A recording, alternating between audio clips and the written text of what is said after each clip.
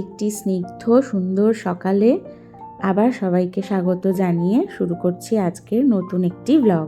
যেতে ইচ্ছে না করলেও নৈনিতালকে আর ছেড়ে যাওয়ারই পালা।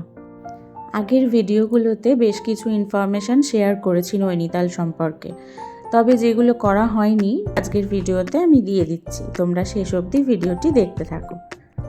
অফ সিজনে এখানে আসলে হোটেলে মোটামুটি 1800 থেকে 2200 টাকার মধ্যে ভালো রুম অ্যাভেলেবেল থাকে, আর পিক সিজনে এখানে আসলে সেই রুমের ভাড়াগুলোই মোটামুটি 1000 টাকা থেকে 1200 টাকা পর্যন্ত আরও বেড়ে যায়। আমরা যে হোটেলটিতে ছিলাম সেটির ভাড়া ছিল 2000 টাকা পার নাইট। আমরা যেহেতু নৈনিতালে এর আগে আরও 2বার এসেছি, তখন আমরা এর সাইট সিইংগুলো করেওছি। তো এই বছরে আমাদের যেহেতু হাতে সময়টা একদমই নেই, আমরা এখন জিম করবেটের জন্য বেরিয়ে যাব, তাই আমরা এই বছর আর সাইট সিইংগুলো করলাম না। তবে আমি উল্লেখ করে দিচ্ছি কিছু জায়গার নাম। নৈনিতালে আসলে অবশ্যই এই সাইট সিইংগুলো একদিন হাতে সময় নিয়ে এখানে থেকে করে নিও সবাই। প্রথমেই ঘুরে নিতে হবে নয়না দেবী টেম্পল, যেটা একদমই লেকের ধারে। এটি 51 সতীপীঠের মধ্যে একটি সতীপীঠ। মহাদেব যখন সতীর মৃতদেহ কৈলাসে নিয়ে যাচ্ছিলেন তখন এখানে সতীর চোখ পড়েছিল, তাই মন্দিরের এই নামকরণ। মন্দিরটি অসাধারণ পরিবেশে, সকাল বা সন্ধে উভয় সময়ই তোমাদের খুব ভালো লাগবে। এছাড়া এখানে আছে snow view point, high altitude zoo, eco cave garden, tiffin top, Naina peak, market. Mall রোডটা তো ভীষণ ভালো, ঘুরতেই খুব ভালো লাগবে। মার্কেট এরিয়াটাও ভীষণ ভালো। এছাড়া এখানে গভর্নর হাউস আছে, যেখানে একটা মিউজিয়ামও আছে, এবং সেখানে গাইডের হেল্প নিয়ে পুরো বাড়িটি ঘুরে দেখা যায় গভর্নরের। এটি কিন্তু খুব সুন্দর, এখানে আসলে অবশ্যই একবার দেখে নিতে পারেন গভর্নর হাউসটি।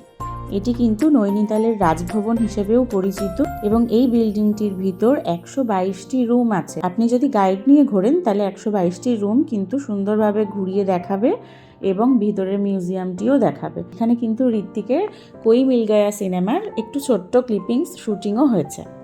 এখানকার এন্ট্রি ফি হলো মাত্র 50 টাকা।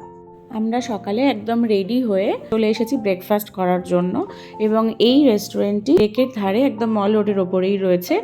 রেস্টুরেন্টের নাম হচ্ছে চাঁদনি চক রেস্টুরেন্ট, যেটার ভিতরে ডিজাইন করা হয়েছে দিল্লির চাঁদনি চকের আদলে।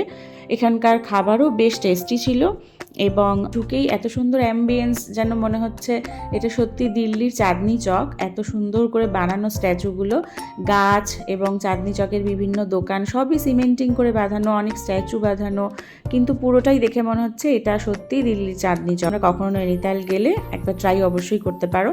এছাড়াও বিভিন্ন রকম রেস্টুরেন্ট রয়েছে, তোমরা যে কোনো রেস্টুরেন্টে কিন্তু খুব ভালো টেস্টি খাবারই এখানে পেয়ে যাবে। নৈনিতাল থেকে হলদওয়ানি হয়ে জিম করবেট পৌঁছাতে গেলে আমাদের রামনগর হয়ে তারপর জিম করবেট যেতে হবে। রামনগর হচ্ছে একটা সেন্ট্রাল পয়েন্ট, যেখান থেকে আমরা জিম করবেট যাব। নৈনিতাল থেকে রামনগর পৌঁছাতে প্রায় 1.5 ঘন্টার মতন সময় লাগে। দুপুর হয়ে যাচ্ছে, যেহেতু আমাদের লাঞ্চটা হোটেলের প্যাকেজের সঙ্গেই ইনক্লুডেড জিম করবেটে, তো আমরা লাঞ্চটা ওখানে গিয়েই করব। ব্রেকফাস্টে আমরা নিয়েছিলাম ছোলে বাটুরে আর আলুর পরোটা, তার সাথে ছিল টক দই আর আচার। তাহলে চলো এবার তাড়াতাড়ি খেয়ে নিয়ে বেরোনো যাক। লেকের ধারে ছোটদের জন্য কিছু অ্যাক্টিভিটির জায়গা আছে, যেখানে ছোটরা নিজেদের মনের মতন একটু সময় কাটিয়েও নিয়েছে।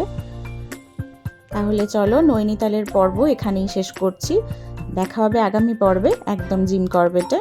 আগামী পর্বগুলি কিন্তু খুবই অ্যাডভেঞ্চারাস হতে চলেছে, তাই অবশ্যই সঙ্গে থেকো। আর এই ভিডিওটি কেমন লাগলো সেটা কমেন্টে জানাতে একদম ভুলো না কিন্তু। ভিডিওটি শেয়ার এবং সাবস্ক্রাইব করলে খুবই ভালো লাগবে। সবাই খুব ভালো থেকো, আর অবশ্যই আমার সঙ্গে থেকো। Thank you very much for watching. আজকের মতন আসছি।